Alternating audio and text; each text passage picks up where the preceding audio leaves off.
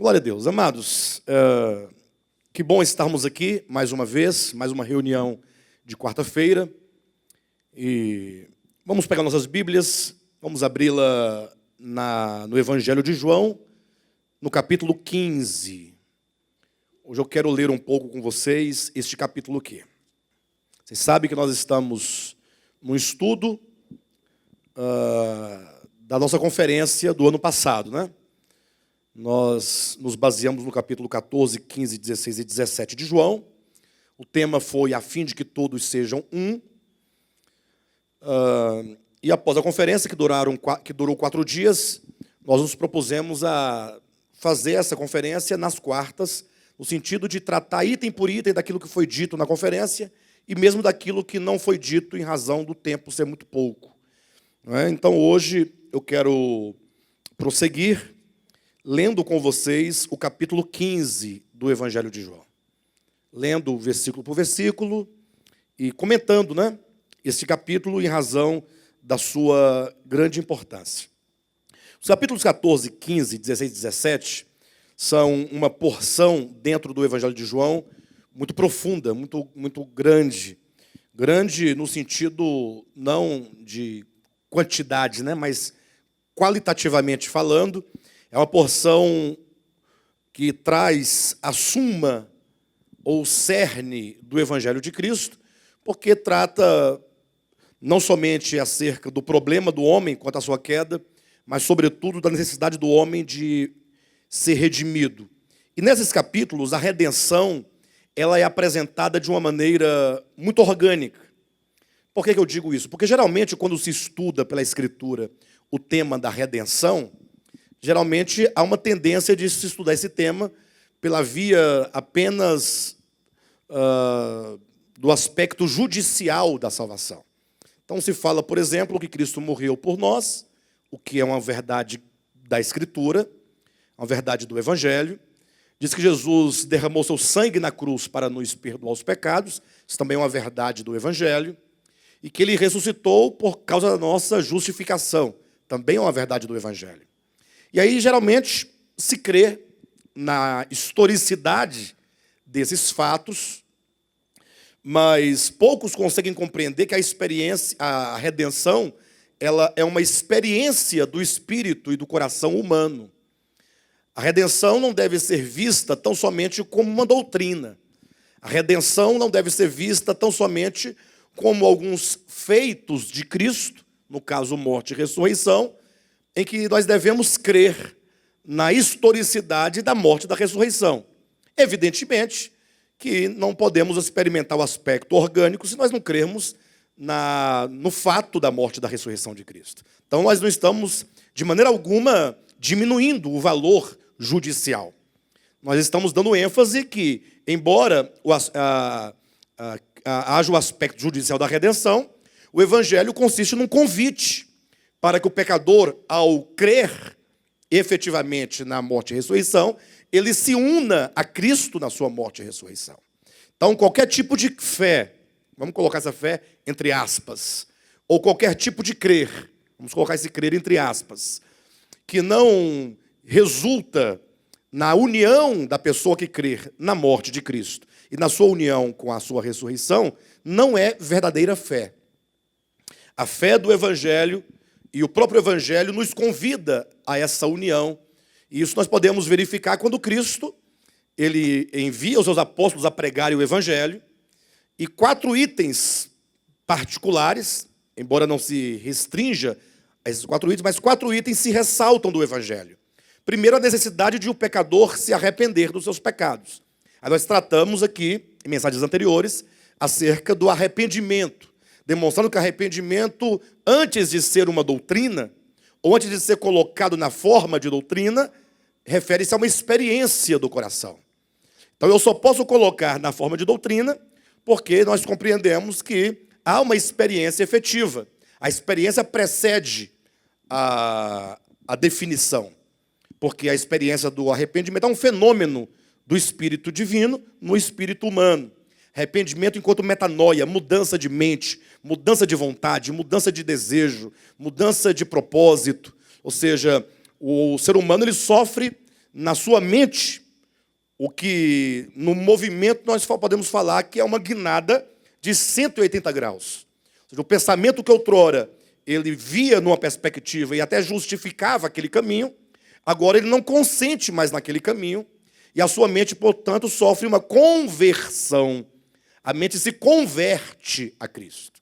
A mente se volta para Deus.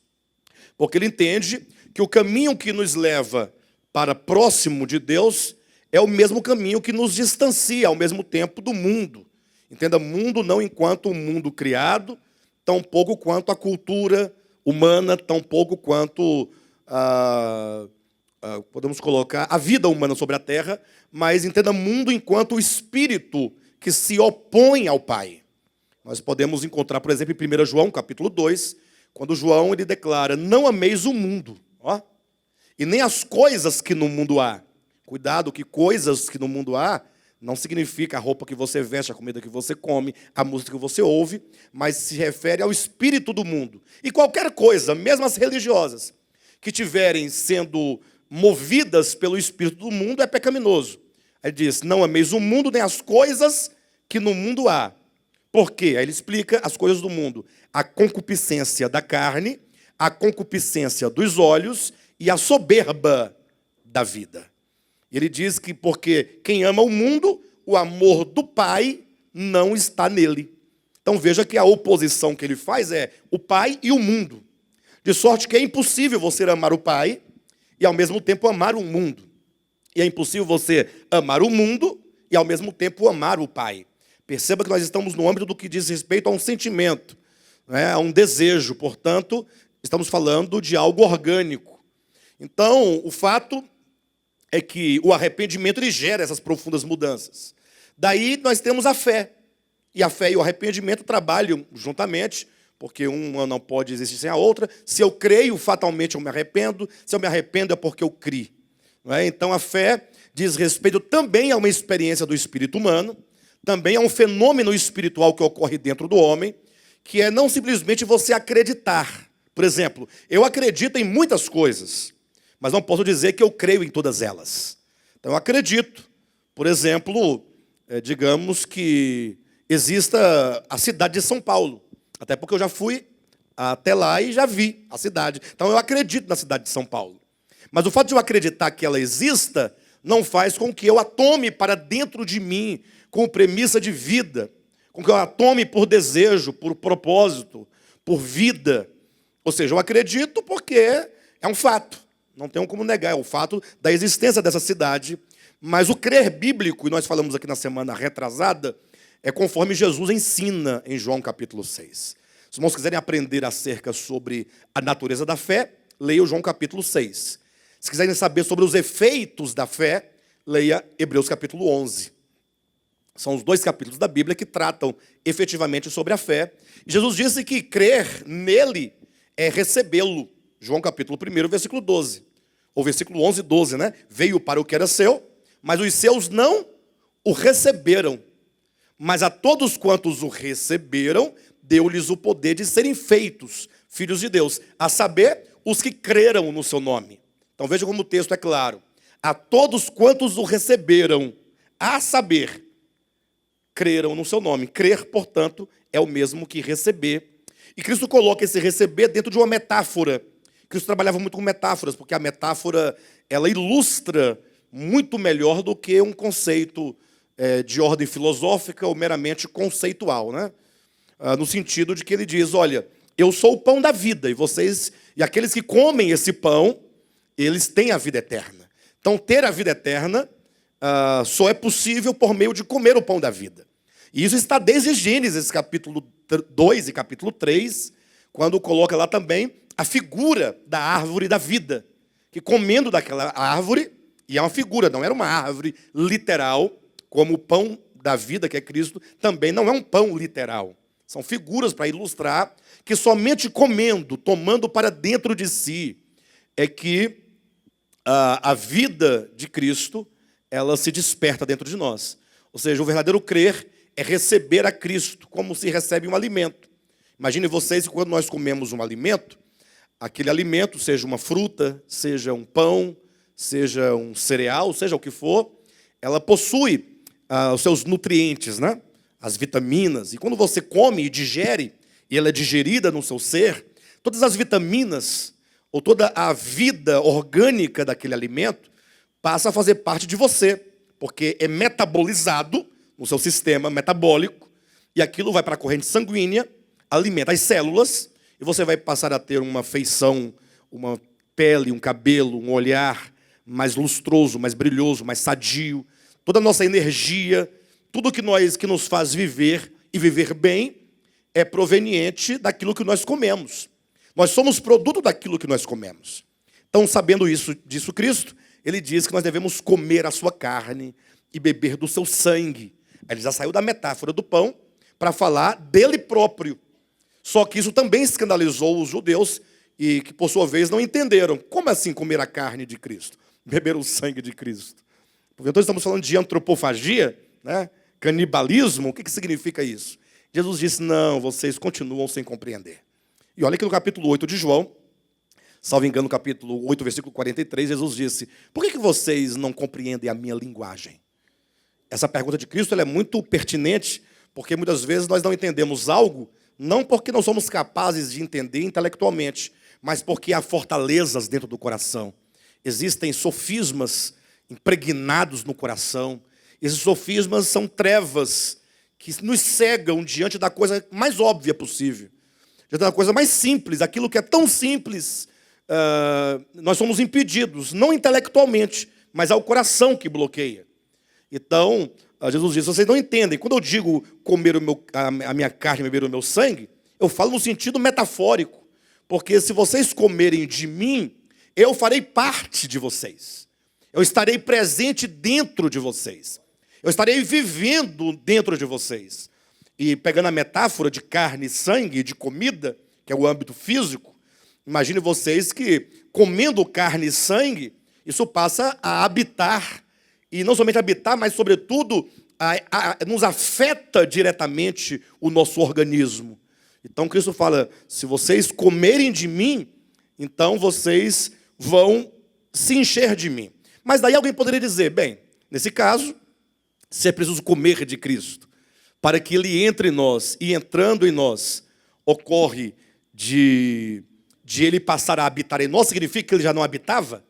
Isso aí é certamente uma pergunta que parte de um não saber, de um não conhecer da verdade acerca do próprio Cristo, do próprio Logos. Porque é impossível que o Logos, que é Cristo, não esteja presente em toda a sua criação, em todas as suas criaturas. Uma presença essencial. João capítulo 1, versículos de 1 a 4, diz assim, no princípio era o verbo. Vamos colocar aqui o Logos. E o Logos estava com Deus. E o Logos era Deus. Versículo 1 apresenta-nos o verbo. Quem ele é, quando, onde ele estava, com quem estava e em que momento ele estava. Ele estava quando? No princípio. No princípio era. Ou seja, o verbo não é criado no princípio, como todas as coisas foram criadas no princípio. Gênesis capítulo 1. Tudo que existe fora criado no princípio. Quanto ao verbo, é dito que ele era. Ou seja, quando tudo começou a ser criado, lá ele já estava. Lá ele já havia. Ele estava ali ao lado do Pai, exatamente para trazer a criação, a sua existência. De modo que em Apocalipse capítulo 3, versículo 14, falando acerca do Logos, ou que seja de Cristo, o próprio Cristo, ele fala, se apresentando a João, no capítulo 3, versículo 14 de Apocalipse, dizendo, assim diz a testemunha fiel, o princípio da criação de Deus. Quando diz o princípio, não somente enquanto ele é a origem da criação, ou seja, tudo tem origem nele, mas sobretudo o princípio, e lá tem a palavra arquê no grego, que significa o cabeça, o maior, o topo da criação, e há também o sentido de ser ele a substância que gera a criação, o germen que gera a criação. De modo que João continua no capítulo 1 do seu evangelho, que no princípio era o verbo estava com Deus, o verbo era Deus. Todas as coisas foram feitas por intermédio dele, e sem ele, e a parte dele, nada do que foi feito se fez. Ou seja, nada do que existe, do que foi criado, existe sem que ele seja a essência vital que gerou e que trouxe à existência esse mundo fenomenal, o mundo dos fenômenos, o mundo das aparências. Porque eu digo aparência porque somente Deus é. Não há nada que seja efetivamente senão em Deus. Porque aquilo que não é, mas que parece ser, e é isso que nos engana muitas vezes, é porque você vê com os olhos físicos, você toca com suas mãos. Fala, não, mas isso é. Fala, não pode ser, porque isso não era antes de vir à existência, e sem Deus não será eternamente. Tudo o que existe, existe nele. Existe por ele. E existe nele, por meio dele e para ele. Então, uma vez que somente Deus é o eu sou, tudo mais é mera aparência. Então, tudo o que veio a existir, veio não somente por intermédio, mas veio à existência, tudo foi feito por intermédio dele, e sem ele, sem essa essência do Logos, nada do que foi feito se fez. E para acabar qualquer discussão acerca disso, o versículo 4 ratifica e reitera, dizendo, a vida, essa vida que hoje dá vida à criação, a você e a tudo mais, estava nele, e essa vida era a luz dos homens.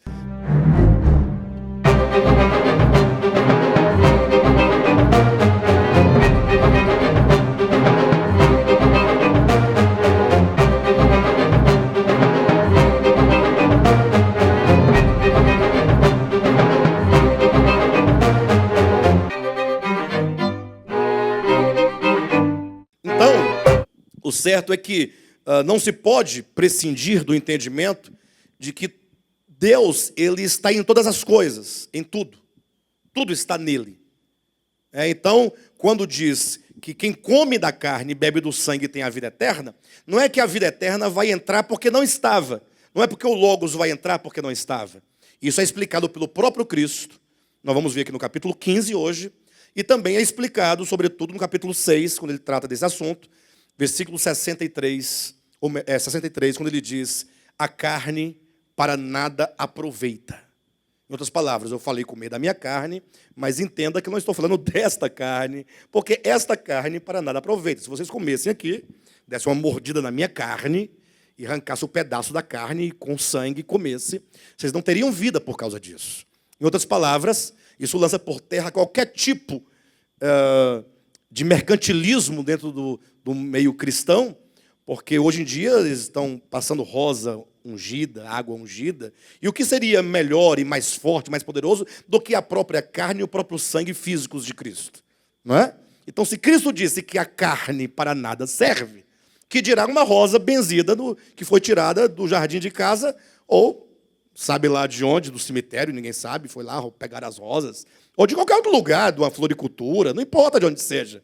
Então, quando ele diz a carne para nada aproveita, ele quer dizer, de nada adianta. O problema do homem não é o físico, não são as coisas físicas, não é o mundo físico. E esse é o grande problema da religião e de toda e qualquer religião, sobretudo da religião chamada cristianismo. É querer compreender e se apropriar do evangelho por meio de mecanismos totalmente materiais, externos ou que seja exteriores. É a definição de uma vida cristã do ponto de vista daquilo que você pode pegar, que você pode vestir, que você pode comer, ou que você pode fazer, ou deixar de fazer. O problema do homem não é o que ele faz, não é o que ele come, não é o que ele bebe, não é o lugar onde ele se encontra. O problema do homem é aquilo que ele é na sua consciência e no seu coração. Por isso que Cristo diz, a carne para nada aproveita. As palavras que eu vos tenho dito, essas sim, são espírito e são vida. Ou seja, ele fala que o crer no Evangelho é ouvir as palavras de Cristo.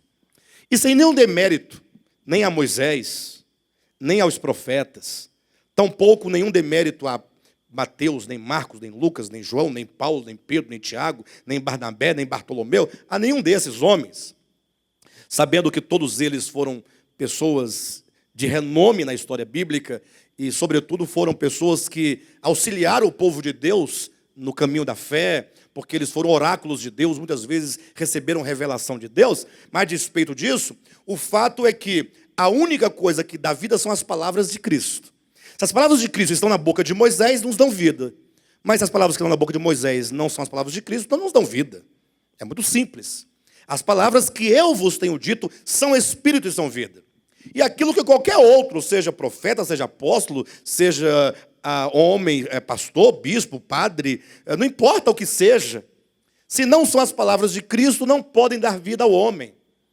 Tanto é que, numa certa ocasião, já disse isso aqui algumas vezes, mas é importante reiterar, o fato de que, estando Cristo no Monte da Transfiguração, ele foi transfigurado aos olhos de Pedro, Tiago e João. A transfiguração ela é muito importante, Pedro explica isso na sua primeira epístola, porque naquele momento, a glória, que é a própria divindade de Cristo, que estava oculta no tabernáculo da sua humanidade, se manifestou em glória, em luz. E eles viram, portanto, o Cristo ali glorificado diante deles. Ou seja, houve um momento em que eles puderam ver, ainda no âmbito dos sentidos, a própria divindade se revelando e se mostrando no tabernáculo humano, que é a humanidade de Jesus. Eles viram o Cristo glorificado. E viram quando apareceram também Moisés e Elias. Moisés é o representante da lei, porque a lei foi dada por intermédio de Moisés, porque Moisés é o legislador de Israel. E Elias é o representante do ministério profético. Tanto é que quando a Bíblia fala sobre o ministério profético, coloca enquanto Elias, o representante, o símbolo. Lembra quando diz que o profeta Elias haveria de vir? E muitos judeus pensavam que João Batista era esse profeta Elias, mas não é uma referência a uma reencarnação de Elias, absolutamente. Até porque Elias não morreu, não pode ele se reencarnar se ele não morreu. Não é? E tampouco diz respeito de alguém chamado Elias. Tanto é que esse Elias se cumpre na pessoa de João Batista. João Batista declara alto e bom som, eu não sou Elias. Entretanto, Cristo afirma alto e bom som, Elias veio e aí está aqui, que é João Batista. Ora, como é que Jesus disse que ele é e ele disse que não é? É porque não é o Elias lá do Antigo Testamento, o profeta. Mas é Elias enquanto o retorno do ministério profético, que depois do período de silêncio entre Malaquias e João Batista, então houve um período de silêncio, né, dizem os estudos que são 400 anos de silêncio entre Malaquias e Mateus, em que não houve a voz profética, né? Não é que não havia outros meios, né? Mas a voz profética não houve profeta dentro desse intervalo. O último foi Malaquias e o primeiro do Novo Testamento seria João Batista. Então, Elias significa esse ministério profético. Então, quando apareceram ao lado direito e esquerdo de Cristo, Moisés e Elias, podia-se ver claramente a lei e os profetas. A lei e os profetas enquanto o Antigo Testamento, que é composto, né, de lei e profetas, como você vai encontrar em Mateus 5,17, em Lucas capítulo 24, versículo 44, capítulo 24, versículo 24, 25, 26, enfim. Mas quando Pedro viu Cristo, Moisés e Elias, ele se empolgou, como se empolgam a maioria dos crentes.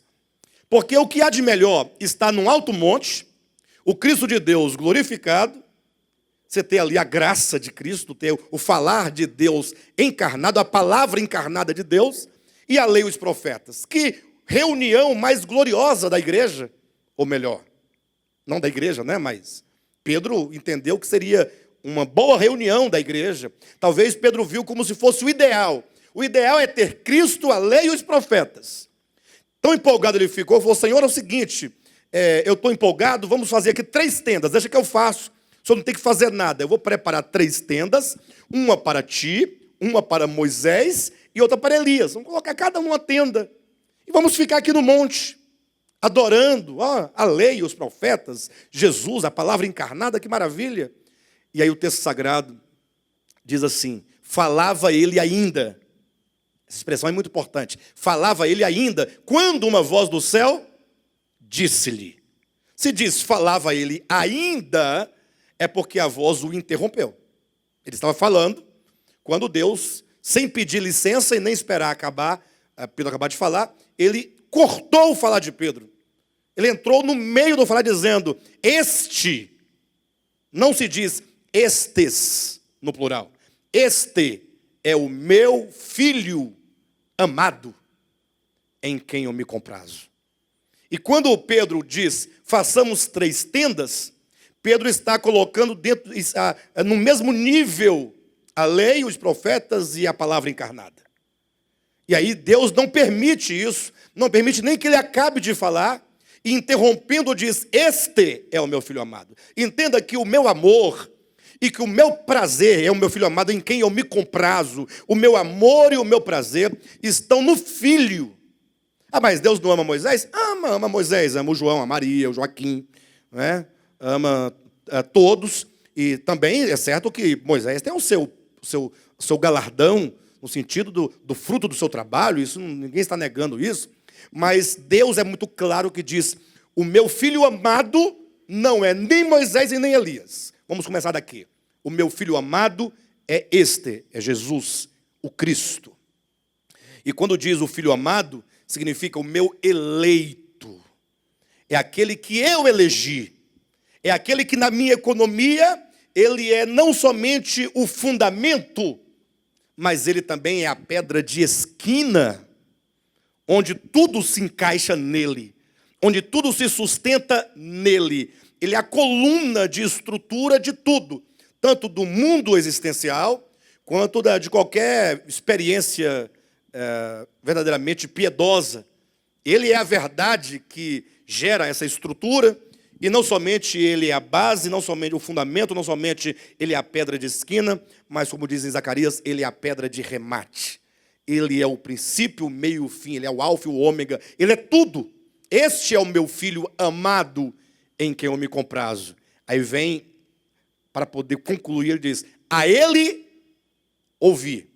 Se você ler e compreende o texto, fazendo a interpretação de um versículo com outro, eu poderia parafrasear sem nenhum tipo de prejuízo nem de acréscimo, dizendo assim, este Jesus, o Cristo, é o meu filho amado, é o meu eleito, é o meu tudo, e nele está o meu prazer. Você não deve ouvir nem a Moisés, nem a Elias, mas você deve ouvir o meu filho. Quando ele diz, este é o meu filho amado, a ele ouvir, é o mesmo que não é para ouvir nem esse da direita, nem esse da esquerda. Ainda que ambos tiveram um papel muito importante nesse processo de preparar o caminho para o Messias chegar, mas não se deve ouvir a Moisés e Elias, senão a Cristo, porque Moisés e Elias, a despeito do que eles falaram e do que eles receberam, eles viveram no tempo das sombras, das figuras, e, portanto, eles não tinham a realidade das coisas, razão porque a lei foi dada por intermédio de Moisés, mas a graça e a verdade vieram por meio de Jesus Cristo. Então, ao ouvir, portanto, a Cristo, ao ouvir as palavras de Cristo, não somente as palavras faladas, mas ele, enquanto palavra viva, que viveu entre os homens, que agiu entre os homens. Quando você lê os evangelhos, Mateus, Marcos, Lucas e João, ou que você lê as epístolas, e nesses livros são retratados o viver humano de Cristo, é apresentado o falar de Cristo. Então você ouve ali Cristo falando, como quem diz, as palavras que eu vos digo não são minhas, eu as trago do Pai. Alguém poderia perguntar, pastor, mas qual o sentido de tanta ênfase no falar de Cristo? Porque ele disse que as palavras dele são espírito, são vida, mas as palavras não são nem os morfemas, nem os grafemas, nem os fonemas. Ou seja, não são as palavras enquanto vento, mas são palavras enquanto sentido, palavras enquanto significado. Porque as palavras de Cristo, os ensinamentos de Cristo ganham um significado cósmico em todo o universo e ganham significado na sua experiência. Quando você começa a comparar o ensinamento de Jesus, o viver de Jesus, com aquilo que é o mundo. O mundo é a antítese do Filho. É o contrário do Filho. O mundo é um espírito anti-Deus. O mundo é um espírito anticristo. Infelizmente se fala tanto de anticristo, tanto é que nos vídeos de internet os mais acessados são os que falam de anticristo, né, de vinda de Cristo. Tudo que é escatologia é mais acessado. Mas dentro da própria escatologia tem seleção. 7 igrejas, por exemplo, da Ásia Menor, ali, capítulo 2 e 3. Apocalipse tem um número muito menor do que quando se trata de anticristo. Então, falou de anticristo, você tem aí, certamente, no mínimo 1 milhão de visualizações, tranquilamente. Né? Tranquilamente. Por quê? Porque as pessoas têm esse interesse. Mas elas não percebem que anticristo, embora haverá, sabemos disso, pela Escritura, a sua manifestação, mas a manifestação histórica, ela é infinitamente reduzida ou menor do que o espírito do anticristo. Para vocês entenderem o que eu quero dizer com isso, basta você pensar, por exemplo, em Jesus. Quem é maior, Jesus ou o Cristo? Pergunta estranha, né? Ah, pastor, é a mesma pessoa, é a mesma coisa. Não, mas tecnicamente falando, Jesus é o homem que nasceu de Maria. Quando, antes de o Cristo de Deus se fazer carne, ele não se chamava Jesus, não. Não se chamava Jesus. Ele é Deus. Ele é eterno. E na sua eternidade, não há nome que se possa colocar, nem nome no céu, nem nome na terra, nem nome debaixo da terra que se possa colocar, que o defina.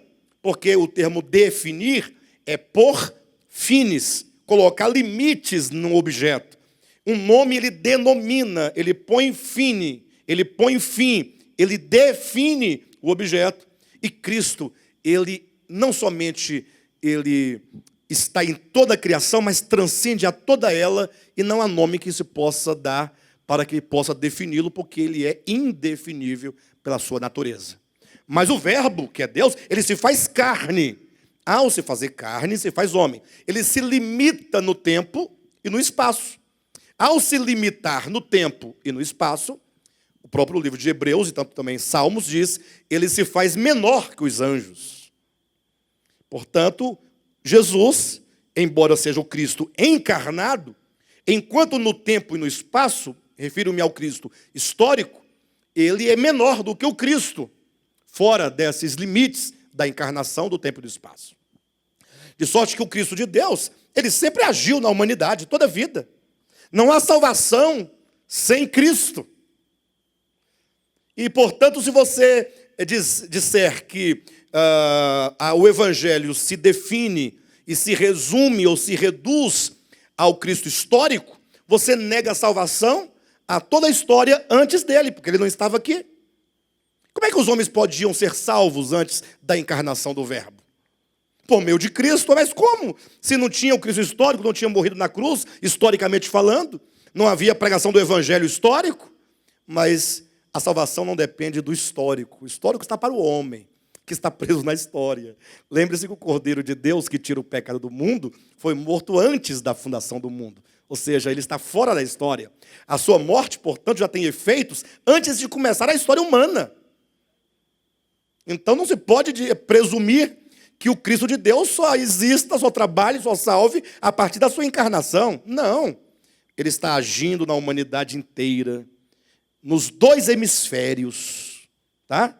Tanto no hemisfério ocidental, quanto no hemisfério oriental, ou do leste e do oeste. Ambos os hemisférios, leste e oeste, em todos os tempos, desde o primeiro homem, né, nos lugares mais remotos, mais distantes, nas tribos ágrafas, no sentido que não tem uma linguagem escrita, portanto, não tem acesso a nenhuma informação escrita acerca nem de Moisés, nem dos profetas, nem do Cristo de Deus, mas o Espírito de Deus já está agindo nos corações, nas consciências, embora ele o faça de maneira ainda rudimentar, em razão da própria capacidade de compreensão, de entendimento de todas as pessoas, mas ele está agindo. A salvação procede dele. Agora, o que eu quero discutir com vocês hoje, portanto, é apresentando que uma vez, quando o Evangelho chega, seja por meio do Espírito de Cristo, ou seja, por meio do Evangelho historicamente pregado, deve-se pensar no aspecto orgânico desse Evangelho, que se resume, ou melhor, se estrutura entre arrependimento, fé, arrependimento, fé, união na morte e ressurreição de Cristo, que é batismo, e no consequente novo nascimento. Mas como olhar para esses aspectos orgânicos, se o olhar está sempre voltado para o aspecto físico e literal? No caso do anticristo, que eu estou falando, se espera que ele apareça. É verdade que ele vai aparecer. Mas assim como Cristo, que tem o seu Espírito agindo em toda a história, e que no tempo se manifestou, se ele se manifestou é porque ele estava presente. Vocês entendem ou não?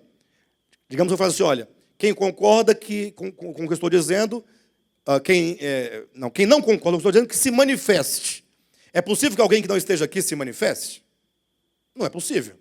Então, assim como o Cristo de Deus, o Espírito de Cristo sempre agiu na história, mas houve um momento em que ele se manifestou no tempo e no espaço, portanto, limitado ao tempo e ao espaço, possível datar a aparição e manifestação dele.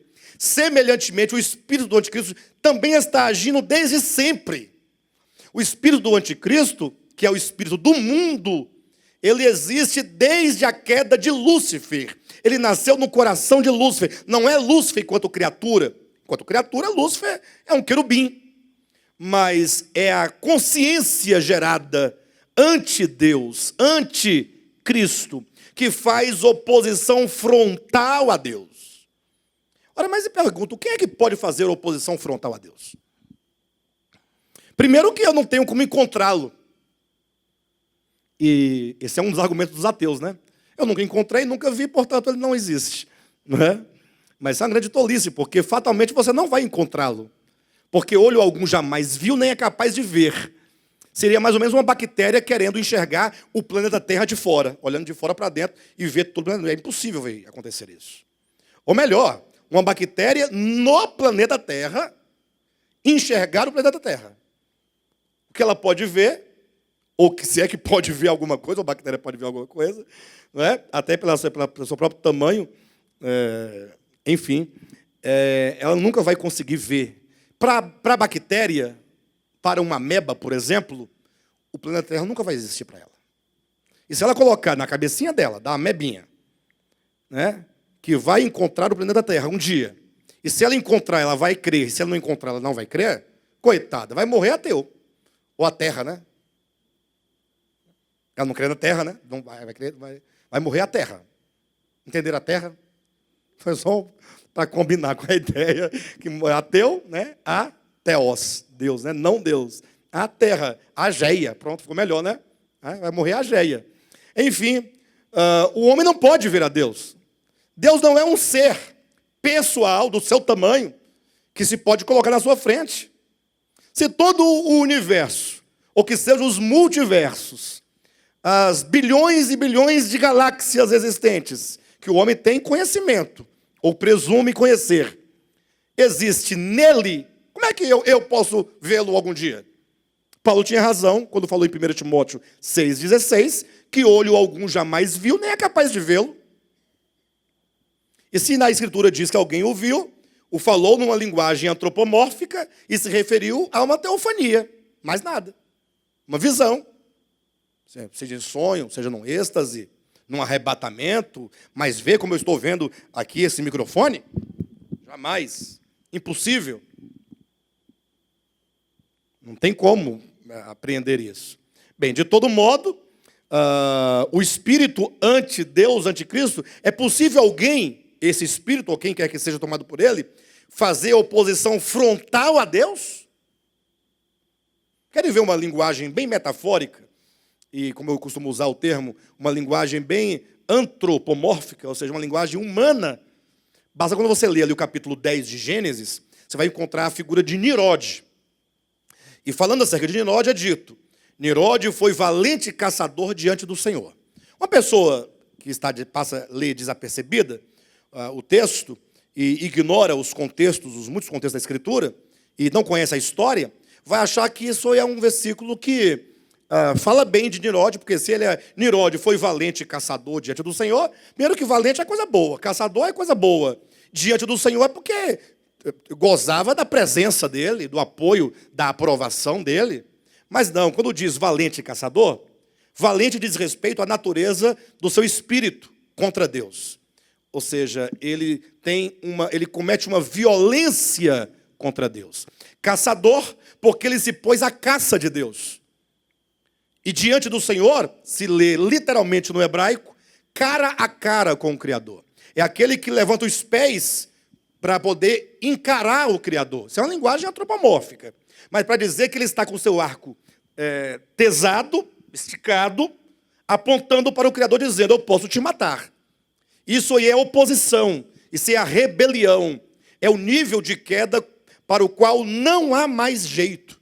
Não há como salvar essa alma, não por falta de poder ou amor da parte do Criador, mas porque é o estágio onde a pessoa chega em que não há recuperação, conforme diz Hebreus capítulo 6, versículo 4, quando diz, aqueles que caíram diante de toda manifestação de graça, porém, ao cair, e porque eles tiveram ali toda a provisão necessária, e ainda assim eles não produziram bons frutos, é impossível renová-los ao arrependimento. Não é dito que é impossível que Deus lhes perdoe, é dito que é impossível que eles sejam restaurados, que eles sejam trazidos. Ou seja, todo o impedimento e toda impossibilidade se encontram nos corações desses que chegaram a esse nível de rebelião. Não é sem razão que Jesus fala claramente, e se já leu tantas e tantas vezes esse versículo, mas tão poucas vezes compreendido, quando Jesus falou que o lago de fogo, me refiro a Mateus capítulo 25, salvo engano, versículo 46. O lago de fogo foi preparado. Lago de fogo, aí eu vou para Apocalipse capítulo 20, e lá ele me diz que o lago de fogo é a segunda morte. Portanto, eu volto para Mateus capítulo 25, versículo 46, salvo engano. O lago de fogo, portanto, a segunda morte, ela é para o diabo e seus anjos. Então, não é para nenhuma outra criatura. E nenhuma criatura que não seja o diabo e seus anjos vão para lá. Só vai para o lago de fogo o diabo e seus anjos. Pastor, não, aí você está pisando na bola, pastor. Até que a gente faz uma força para entender o senhor, para concordar contigo, mas tem uma hora que não dá mais, porque eu já li na Bíblia, e você mesmo disse recentemente que há homens que vão para o lago de fogo. Sim, mas esses que vão são o diabo e os seus anjos, os seus ângelos, os seus mensageiros. São aqueles que são do mesmo espírito e da mesma missão e da mesma obra que o diabo. Ou seja, existe uma ação em todo o universo para conduzir qualquer criatura para longe. E essa ação diabólica fez com que o homem caísse. Fez com que o homem se afastasse de Deus. Mas esse homem caído e esse homem afastado, ele está na sua brutalidade e ignorância. Ele se fez bruto. Ele se fez ignorante. Ele se fez cego. Ele está numa ilusão. Ele está impedido na sua credulidade de crer. O problema é que nós julgamos as pessoas com muita superficialidade. Você acha que você crê, por isso agora você pode falar de quem não crer. Não é bem assim. Você crê naquilo que você crê. E você não crê naquilo que o outro crê. E naquilo que o outro crê, o outro diz que você não crê no que ele crê. E fica uma briga de crenças. E tudo que devemos entender é que não estamos aqui disputando dogmas, nem sofismas, nem doutrinas. Temos que compreender que a queda do homem foi um grande engano. A serpente enganou a mulher. Se trata de um engano. E esse engano tem que ser desfeito pelo poder da verdade. Por isso que é dito que somente conhecendo a verdade é que o homem é verdadeiramente liberto. Liberto de quê? Do engano da mentira que o faz prisioneiro do pecado.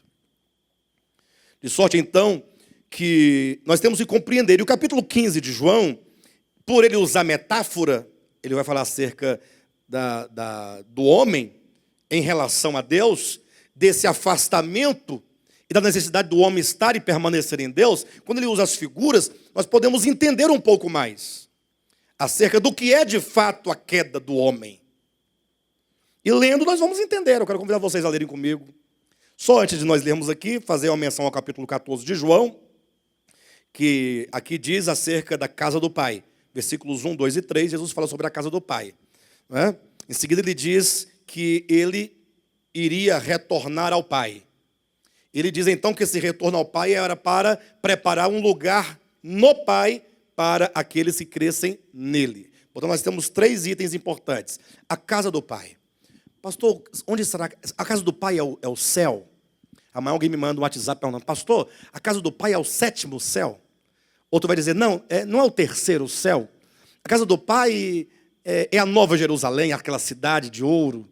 Gente, vamos começar por aqui. A casa do Pai. Vamos chamar uma testemunha. Não é bem uma testemunha, mas vamos chamar alguém que teve um lapso de revelação. E ele está na Escritura. Nós temos o relato da oração de Salomão, no livro dos Reis, no livro das Crônicas também. Que quando, no momento que ele vai dedicar o templo ao Senhor, Salomão construiu o templo, não foi? Em Jerusalém? E não foi dito para Moisés que esse templo seria a casa de Deus? Foi Deus que foi lá, está lá em Êxodo 25:8. A casa de Deus. Salomão fez direitinho, tudo conforme mandava a planta de ouro, os utensílios, tudo certinho. Mas quando ele foi dedicar esse templo a Deus, oferecer esse templo a Deus, na sua oração, por um momento, um flash de revelação, talvez depois nem tenha se lembrado que ele tenha dito aquilo, porque só foi registrado posteriormente, ou se diz, talvez também não entendeu, também não deu muita atenção, porque não podia compreender aquilo, mas ele diz assim: Senhor, como posso eu construir para ti uma casa, se nem os céus, e nem o céu dos céus, te podem conter? Salomão teve ciência, embora no momento, não sei, também não posso falar, mas me parece que ele teve um momento de iluminação. Ele entendeu, não existe casa do Pai, os multiversos não podem ser a casa do Pai, no sentido como você pensa na sua casa. Não pode ser. Por quê? Porque ele não caberia dentro dessa casa. Porque ele transcende todas as coisas. É você querer colocar, por exemplo, um ser humano para morar dentro de uma casa de cupim. E olha aqui, eu estou usando uma linguagem humana ainda, talvez seria possível. Uma pessoa pequena, de 1,50 m, magro, e que faz aquelas contorções de trabalho em circo. Quem sabe colocaria na casa de cupim. Mas entenda o que eu quero dizer, que não existe lugar físico, geográfico, para se pôr Deus dentro de uma casa. Se você pensar em casa no sentido da sua casa, você peca e erra, porque você está nivelando Deus à sua pessoa. Deus, ele transcende, coloque isso no seu entendimento, a todas as coisas. Portanto, em todo o mundo físico, no universo, nos multiversos, você pode juntar todas as bilhões de galáxias que Deus não cabe lá dentro. Embora ele esteja em todos os mundos e galáxias, mas quando as galáxias e os mundos se acabam, ele continua a ser eternamente, pois ele é. Então a casa do Pai pode sim ser aplicado a todo o cosmo, mas entender casa enquanto o ambiente onde as criaturas de Deus, seja nos céus ou na terra, existem, nos céus plural e na terra, e vivem em harmonia com Deus. Casa deve ser entendido aqui no sentido de lar. Qual a diferença de casa para lar? Uma casa é o aspecto físico, lar é o aspecto afetivo. Muitos têm casas, poucos têm lares. E muitos, não tendo uma casa própria, tendo, portanto, apenas uma casa alugada, possuem um lar. E outros, tendo uma mansão própria, escriturada no Lago Sul, ou no setor noroeste de Brasília, pode não ter um lar. Porque o lar são os laços.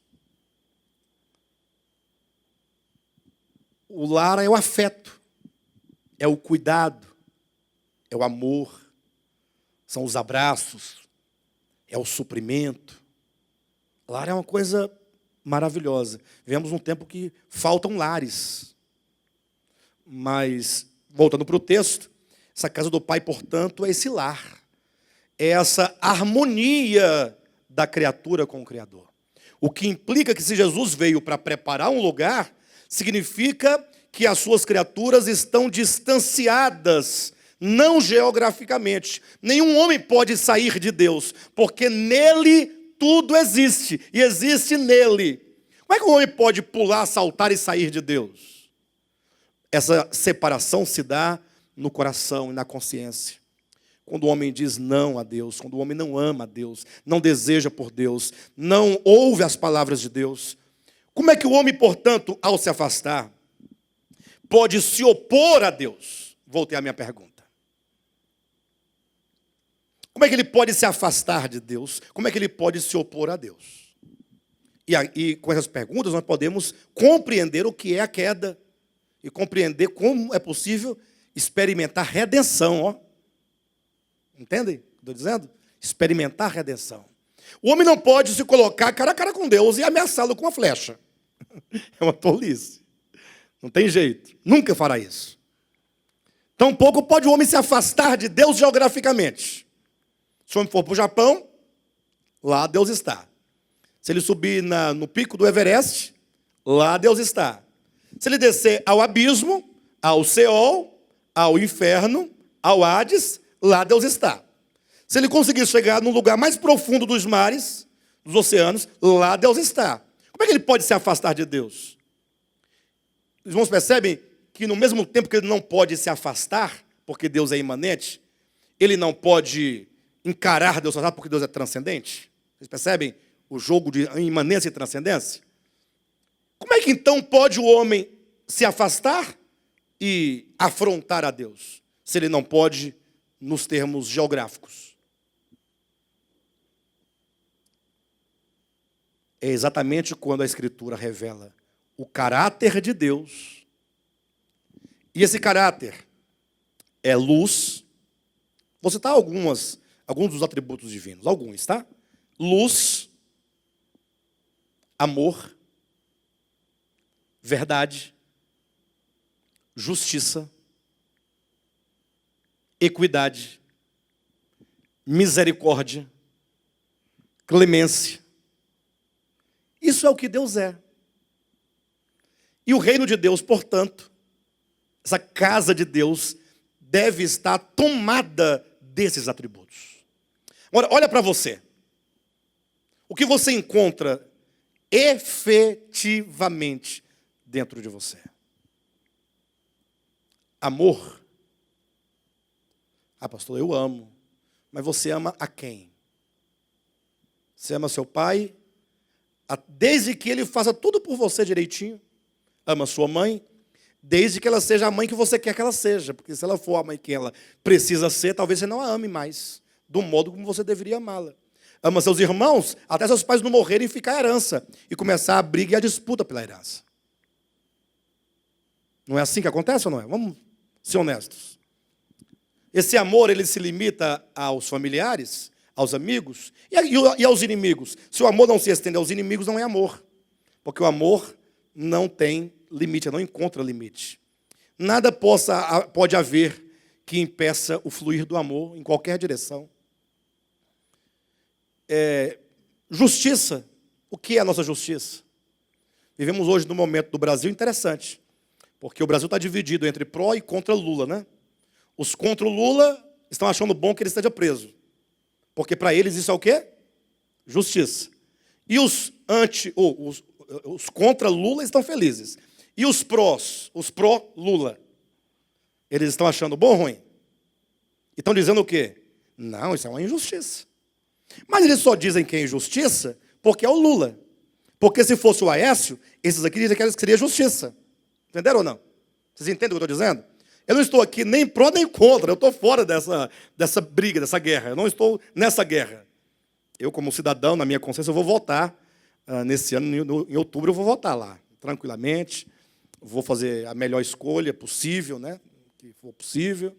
Não digo em quem, porque não gosto de influenciar pessoas para votar em ninguém, mas faço o meu papel, mas não estou nem a favor nem contra. O fato é, quem está achando bom, acha que o que aconteceu é justiça. Quem está achando ruim, acha que aquilo é injustiça. Mas a mesma pessoa que acha que é injustiça, não achou injustiça quando o Cunha foi preso. Porque é do outro lado. Estão entendendo ou não? Mas é a mesma coisa. É a mesma coisa. Então você vê que a justiça é injustiça? Não é justiça. Depende do que eu quero, do que eu acho que é, da minha perspectiva, da minha motivação. Então a justiça humana, ela é relativa, se é relativa não é justiça. Isso para não falar quando nós temos que agir nós próprios com justiça. E aí nós achamos que a justiça que deve ser cumprida é injusta, por isso eu não vou fazer essa justiça, porque ela é injusta. Ou seja, você percebe o quanto nós temos que receber a Cristo para dentro de nós enquanto palavra, para que Ele tome conta de nós, e aí Ele viva e exista em nós, e aí a justiça que é Ele, e o amor que é Ele, tudo aquilo que é Ele, a clemência, a misericórdia, flua de nós, e isso seja uma expressão do ser divino em nós para o mundo. E aí o mundo saberá que nós somos discípulos dele, e que de fato nós somos luz, paz, alegria. O reino de Deus é tudo isso. Como se opor a Deus, se não se opor às suas palavras?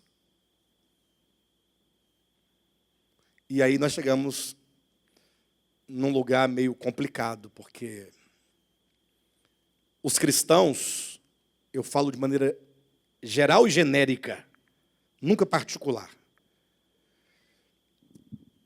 Eles não creem na pessoa, na mensagem do Cristo de Deus. Ou se creem, não sei em qual mundo que é.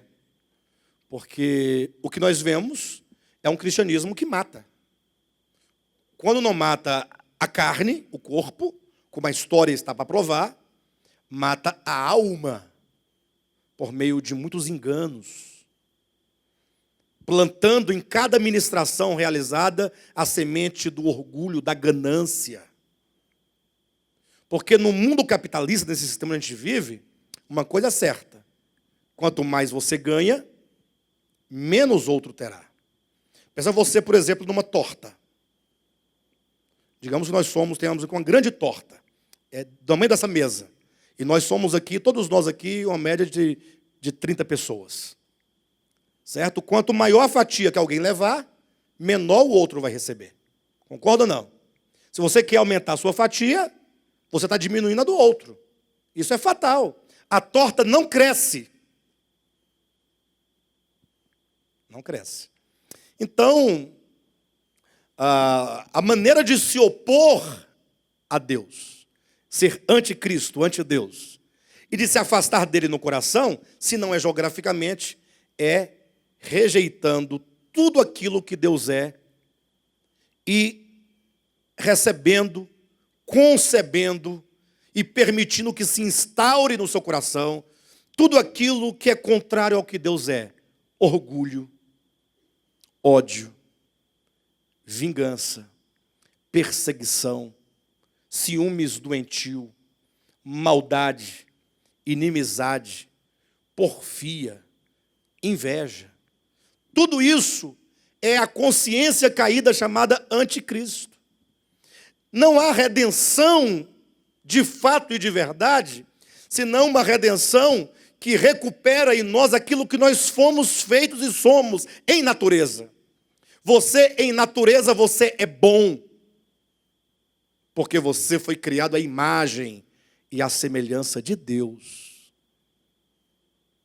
Quando Cristo disse: se vós que sois maus, sabeis dar boas dádivas a vossos filhos, cuidado, ele não está dizendo da sua natureza humana. Está falando que nós somos maus enquanto nós tivermos um coração mau. Mas esse coração mau é uma condição, não uma natureza. Tanto é verdade que o Evangelho propõe o quê? Eu tirarei de vós o coração de pedra e colocarei um coração de carne. Ora, que coração é esse de pedra? Ele vai tirar o meu coração e vai me dar um outro coração? Um transplante de órgão? Não. Isso é uma linguagem metafórica. Coração no sentido dos meus sentimentos, da minha consciência. Por isso que é dito também em Hebreus, e lá vai usar uma outra linguagem, também figurada, mas que é a mesma de tirar o coração de pedra e colocar um coração de carne. Diz: nos seus corações eu inscreverei as minhas leis. Escrever, né, no meu coração? Com a caneta celestial? Com tinta de ouro? Não. No sentido de colocar dentro do meu ser, da parte mais íntima do meu ser, a vontade de Deus, a lei de Deus, a santidade de Deus, a perfeição de Deus, aquilo que Deus é. Não é uma questão doutrinária, tampouco uma questão física. Infelizmente, os crentes eles pregam que se a pessoa levantar a mão, você está no Jesus, ele nasceu de novo.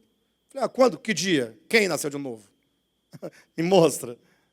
A pessoa acabou de sair do mundo no sentido de que ele não tinha um coração voltado para Deus. Agora ele se volta para Deus. E eu pergunto, agora o seu coração agora é novo? Você não odeia mais? Você ama a todos? Você recebe a todos? Você perdoa a todos? Você não é mais ganancioso? Você não é mais invejoso? Não é mais impuro? Você agora virou anjo? Não. A pessoa agora que ela começa a palmilhar o caminho de volta para a casa do Pai. E esse caminho, como diz o próprio Jesus, é um caminho estreito. Deixa eu ler com os irmãos o capítulo 15 de João, que eu me propus a isso. E se eu continuar falando, eu não vou ler nada daqui. Mas a gente vai lendo, vamos recuperando os pensamentos que foram ditos. Capítulo 15, versículo 1. Começa com a figura da videira, né? Eu sou a videira verdadeira, e meu pai é o agricultor. Todo ramo que, estando em mim, não der fruto, ele o corta. E todo o que dá fruto, limpa, para que produza mais fruto ainda. Vós já estáis limpos pela palavra que vos tenho falado. Permanecei em mim, e eu permanecerei em vós. Como não pode o ramo produzir fruto de si mesmo, se não permanecer na videira, assim nem vós podeis dar, se não permanecerdes em mim. Eu sou a videira, vós os ramos. Quem permanece em mim e eu nele, esse dá muito fruto, porque sem mim nada podeis fazer. Então veja, a videira é o próprio Cristo. É uma figura, tá, amados? Uma figura. Os ramos procedem de onde? De onde procedem os ramos de uma videira? Pense a figura. Se ele falou, eu sou a videira verdadeira, vamos pensar numa videira, depois a gente volta para entender fora da figura. De onde brotam os ramos da videira? De onde vêm os ramos da videira? Eles não brotam da própria videira? Poderíamos dizer que os ramos é a extensão da videira? São os braços da videira? Portanto, se ele diz, vós sois os ramos, então nós procedemos dele. E não se pode falar que os ramos não são videira. Lógico, eu não posso falar que o ramo é a videira. Não. Eu posso cortar um ramo, ele secar, perecer, e a videira continua sendo a videira. Agora, eu posso dizer que o ramo não é videira? Ele é qualquer outra coisa menos videira? Não, ele é videira. Só que ele é videira porque procede da videira, porque existiu da videira, ele saiu da videira, e será videira enquanto estiver e permanecer na videira. Porque se eu cortar o ramo não será a videira, mas será um ramo cortado que vai perecer e vai deixar de existir. E a videira continuará a ser videira. Então, nós temos aqui a verdade de que nós procedemos de Deus, nós nascemos de Deus. Agora, e é um fato, quando diz que todo ramo que estando em mim, versículo 2, ou seja, o ramo está na videira. É um fato. O fato de você estar, porque não é possível que você não esteja, do contrário, não existiria mais. A pergunta é, estando você na videira, você está dando fruto? Que fruto é esse, queridos? Que fruto é esse? A videira tem uma finalidade. Ela tem os seus ramos, para que os ramos floresçam e deem frutos. E esse fruto é para servir de alimento. É para ser comido. É para ser colhido e servir de alimento.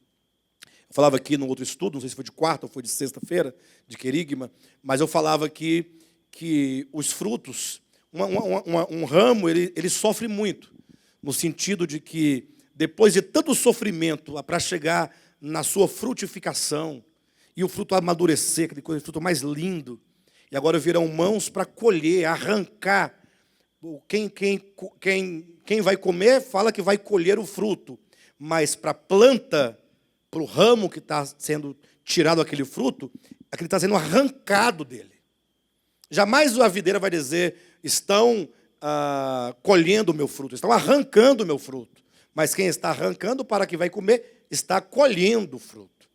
Ou seja, é a vida que produz fruto para ser alimento para os outros. Ou seja, nós não temos outra função e não há outra razão de ser no mundo senão ser alimento para Deus e para os homens. E esse alimento não é necessariamente alimento físico, mas é você alimentar a humanidade de esperança com amor, com caridade, com perdão, com acolhimento, com compreensão, sempre unindo e nunca dividindo, sendo aqueles de que diz lá no Sermão da Montanha, sendo nós os pacificadores. Não simplesmente aquele que pacifica uma situação, mas aquele que primeiramente foi pacificado no seu ser, no seu interior, que goza de harmonia e paz com Deus, e porque ele tem paz, agora ele pode ministrar essa paz e ser paz onde quer que ele chega, e não fazer como muitas e muitas, se não a maioria das pessoas, que são aqueles que são derramadores de sangue inocente, aqueles que caminham de casa em casa para semear discórdia, aqueles que não podem encontrar com alguém e perguntam, você está sabendo da última? Para poder colocar lenha na fogueira, para poder suscitar intriga, contenda, inveja, divisão, partidarismos.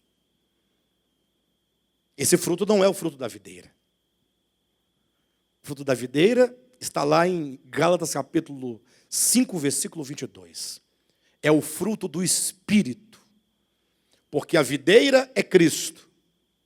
E a seiva que percorre o caule da videira e que supre os ramos, essa seiva é o Espírito. E, portanto, se eu estiver me alimentando desse Espírito, o fruto que ele gerará em mim e por mim será amor, paz, alegria, longanimidade, benignidade, mansidão, fidelidade, domínio próprio.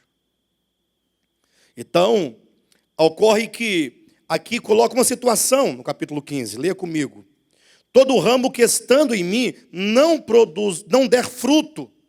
Ou seja, é possível que o homem não esteja dando fruto. É possível, não é notório que a humanidade não está dando o fruto da videira. Quando você olha que você vê um mundo de guerras, e essas guerras não são apenas as guerras entre nações, como nós estamos vendo ultimamente, também não é somente a guerra civil que ocorre dentro de um estado grande, um país, uma nação, e nem somente a guerra entre partidos dentro de um país, mas as guerras estão dentro dos lares, estão entre famílias, no meio dos parentes, estão nas igrejas, estão entre pastores. Quando nós olhamos as guerras, e a guerra só tem uma lei: matar, nunca morrer. Ninguém vai para a guerra para morrer. A morte na guerra é o acidente, mas a pessoa só morreu porque ela estava lutando, e essa morte, portanto, não é positiva. Ela não morreu no sentido espiritual de negar a si mesma, ela morreu no embate. Aí o prejuízo é prejuízo de fato. Então todo ramo que estando em mim não der fruto. Quando olhamos para o mundo, nós não vamos à humanidade dar frutos. O fruto do Espírito, o fruto da videira, o fruto da vide. E por que tal ramo, ou tais ramos, não dão o fruto? Versículo 4. Permanecei em mim, e eu permanecerei em vós. Então veja que o ramo está na videira, a videira é Cristo. Olhe para mim por um momento. A videira não é Cristo? Os ramos não procedem da videira? Os ramos não estão na videira? Agora, por que estando não produz fruto?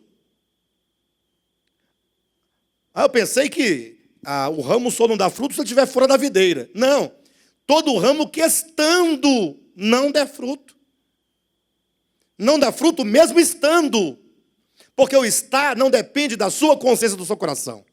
Depende do aspecto orgânico e ontológico da criação, que só pode existir em Deus. Não depende de você. Agora, versículo 4 diz, permanecei em mim. Em outras palavras, a sua parte não é estar. Estar, você está porque está. A sua parte é permanecer. Quando Adão caiu lá no Éden, conforme o relato mosaico, Adão decidiu não permanecer, embora estivesse em Deus. Estando em Deus, ele não permaneceu. Permanecer ou não permanecer é a sua decisão. Você hoje pode falar, eu quero permanecer em Deus. E o que é permanecer? É você conhecer a Deus e acolher tudo aquilo que Deus é para dentro de você. É você se apropriar daquilo que Deus é. É você não desejar qualquer coisa que não seja Deus. Se você encontrar em você qualquer tipo de sentimento, qualquer tipo de pensamento, qualquer tipo de propósito que não seja Deus, você tem que falar, Senhor, eu não quero isso que não é teu, ou que não é a tua essência em mim. E aí você tem motivos e motivos e motivos para buscar a Deus, para orar a Deus, para se imergir em Deus. As pessoas às vezes reclamam do nosso ministério, dizendo que nosso ministério não tem a busca do Espírito Santo. Mas não vamos ter nunca essa busca que você está dizendo, nós não vamos ter. Porque essa busca é apenas um artifício meramente psicológico para darem às pessoas a impressão de que elas receberam alguma coisa, mas não receberam nada.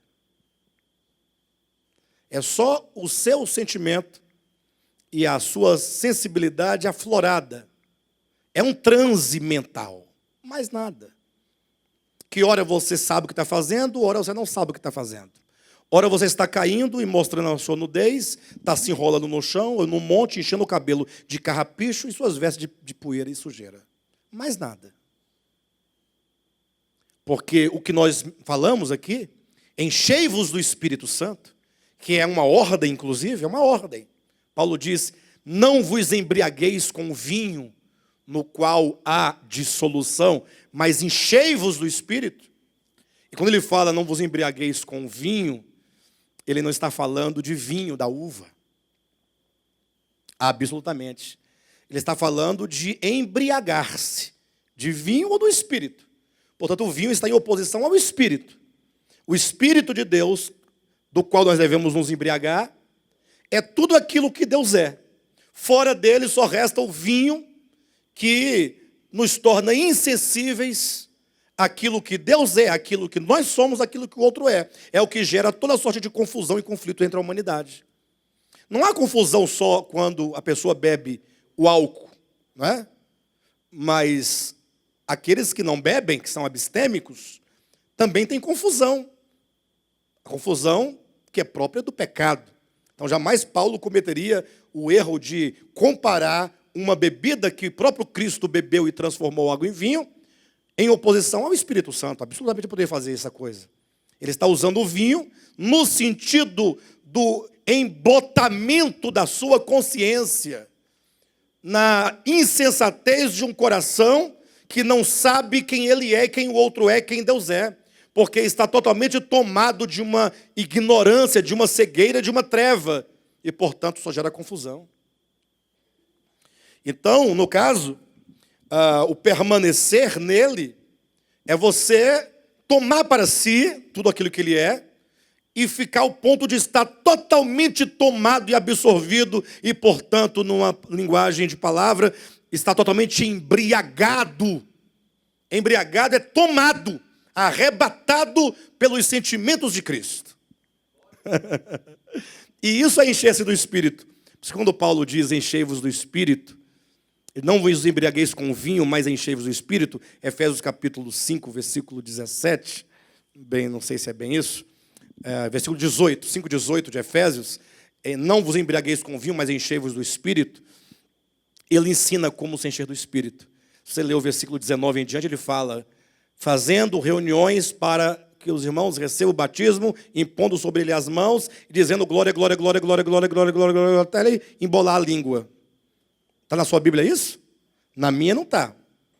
Eu só fiz essa menção para você poder saber que não foi assim que ele ensinou. Se alguém está fazendo assim, está fazendo por conta própria, não porque a Bíblia tem ensinado. Ele diz, não vos embriagueis com vinho no qual há dissolução, mas enchei-vos, embriagai-vos do Espírito, do Espírito Santo, do Espírito, aí ele começa a falar, falando. É falando. Quer se encher do Espírito? Falando entre vós com salmos. Que a sua boca esteja cheia de cânticos. Não cheia de maldição, não cheia de mentira, não cheia de sofisma. Não cheia de palavras que humilham as pessoas, que reduzem as pessoas. Falando entre vós com salmos, com cânticos espirituais, com hinos de louvor, submetendo-se uns aos outros. Ou seja, quando você começa a praticar, ser submisso um ao outro, uma submissão recíproca, sem querer ser maior do que o outro, sem querer estar acima do outro, mas em paridade, em mútua cooperação, em mútuo amor, em humildade, querendo o bem uns dos outros, promovendo a paz, a justiça, o bem-estar, aí você está embriagado de Deus. Aí está cheio do Espírito Santo. Não é cair pelas paredes, bater a cabeça na parede, né, derrubar no chão. Isso não tem nada a ver com o Espírito Santo. Isso tem a ver com o espírito de macaco, de galinha, de saci, de qualquer coisa. O Espírito de Deus é outra coisa. Quando você é tomado do espírito de macaco, você fica agarrando o povo. Quando você fica tomado do Espírito de Deus, você fica amando as pessoas. Entenderam? Você não fica ciscando. Ciscando deve ser espírito de galinha. Se você é tomado do Espírito e começa a ciscar, quem é que cisca? É o Espírito de Deus que cisca? Não. Então, esse Espírito, eu só posso interpretar como espírito de galinha que cisca. O Espírito de Deus é amor, paz, alegria, longanimidade, benignidade, mansidão. Por isso que um dia desse, eu me deparei com uma situação e tinha uma pessoa cometendo algumas coisas meio estranhas, diferentes, a meu respeito. E alguém falou, você não vai falar nada? Eu falei, eu só tenho uma coisa para falar. É perguntar a essa pessoa, isso que você está fazendo é o evangelho que você prega? A sua atitude é a manifestação do evangelho que você prega? Eu fico imaginando que tipo de evangelho você crê e que tipo de pessoas você vai cultivar no jardim da sua congregação. Porque o evangelho não ensina nada disso. Quando você fala mal de alguém, você pode estar coberto de razão e ter todas as provas do mundo. Primeira e segunda instância. Você pode estar até para o Supremo e provar lá, dentro do nosso contexto. Mas o falar mal, o denigrir uma pessoa, macular a imagem de uma pessoa, quem quer que seja, não é o evangelho. O evangelho não faz isso. Então, não permanecer na videira é você assumir e tomar a atitude de cultivar tudo aquilo que não é Deus. Quando acontece isso, se você tem tal consciência, você não produz o fruto do Espírito. E aí está ali à volta o agricultor, que é o pai. E fique sabendo você, achando bom ou ruim, concordando ou não comigo, que o agricultor está te olhando enquanto ramo. E a primeira coisa que ele detecta no ramo é se ele está ou não produzindo fruto. A primeira coisa, o fruto do Espírito, o fruto da vide. Se você é um ser humano na terra, inútil, no que diz respeito à sua função primordial, que é produzir o fruto do Espírito, o agricultor está de olho em você. Não adianta você buscar da sua pasta um manual escatológico calvinista para poder mostrar a máxima uma vez salvo para sempre salvo, que isso não cola com o agricultor. O agricultor não vai por teologia, por manual de teologia, por linha teológica. O agricultor não quer saber da sua igreja, da sua denominação. Ele quer saber se você é um ramo que produz ou não produz fruto. É isso que ele quer saber. Porque o interesse do agricultor é na videira, uma videira frutífera. O agricultor não tem manual de teologia para ficar consultando se o ramo é bom, se não é, se o ramo permanece, não permanece. Não, esse ramo vai ficar porque esse ramo é calvinista, e o calvinista uma vez salvo, uma vez ramo, para sempre ramo. Não, não vai por aí. E eu não estou colocando em xeque o calvinismo e nem estou apregoando o arminianismo, porque para mim nenhum nem outro concebe o que a Escritura ensina. A discussão não é no âmbito teológico, é no âmbito das realidades espirituais. E é certo que alguém que fala, pastor, mas o salvo pode perecer, só para não deixar ninguém no vácuo? É lógico que não. É salvo. Mas se é salvo, cadê o fruto? Se não tem fruto, talvez não seja salvo. Então percebe que a discussão não é teológica, é fruto. Tem gente que para você não é salvo, mas está cheio de fruto. E você se acha salvo e não tem fruto. É o ramo sem fruto, calvinista dizendo que o outro ramo não é fruto, está perdido porque não é calvinista, mas está cheio de fruto. Talvez não seja nem cristão do ponto de vista da instituição chamada cristianismo, mas está cheio de fruto. E você está condenando um ramo cheio de fruto porque não é do teu cristianismo. É estranho, pessoal. Mas isso aí são coisas dos homens. Cristianismo é invenção do homem. Doutrinas de homens, calvinista, arminiana, essas linhas, tudo é invenção. Tudo para enrolar o povo e manter o povo dentro dos seus chiqueiros, né? Dos seus chiqueiros. Ali, aprisionados nos apriscos da religião. Porque enquanto houver aprisco, não vai faltar lã e nem carne para os mercenários comerem.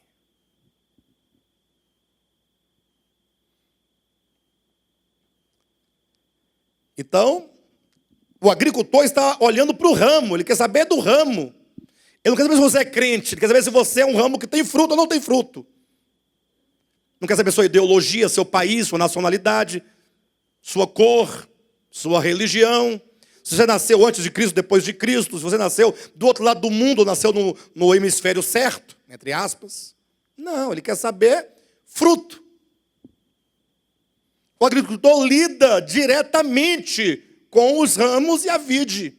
Ele tem a expectativa de que você produza fruto. Então, a primeira coisa, ele procura saber se o ramo só tem folha, aparência, e não tem fruto. Ele busca o fruto.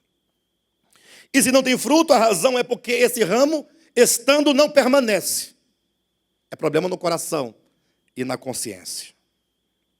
Agora, se dá fruto, então o agricultor fala, bem, para o ramo que dá fruto eu vou podar, eu vou trabalhar, e podar tem o sentido literal de poda, de cortar, mas o sentido de podar, de impedir que você seja um ramo que tenha um mero crescimento excessivo, que os ramos excessivos, as folhas excessivas, tirem o vigor do fruto.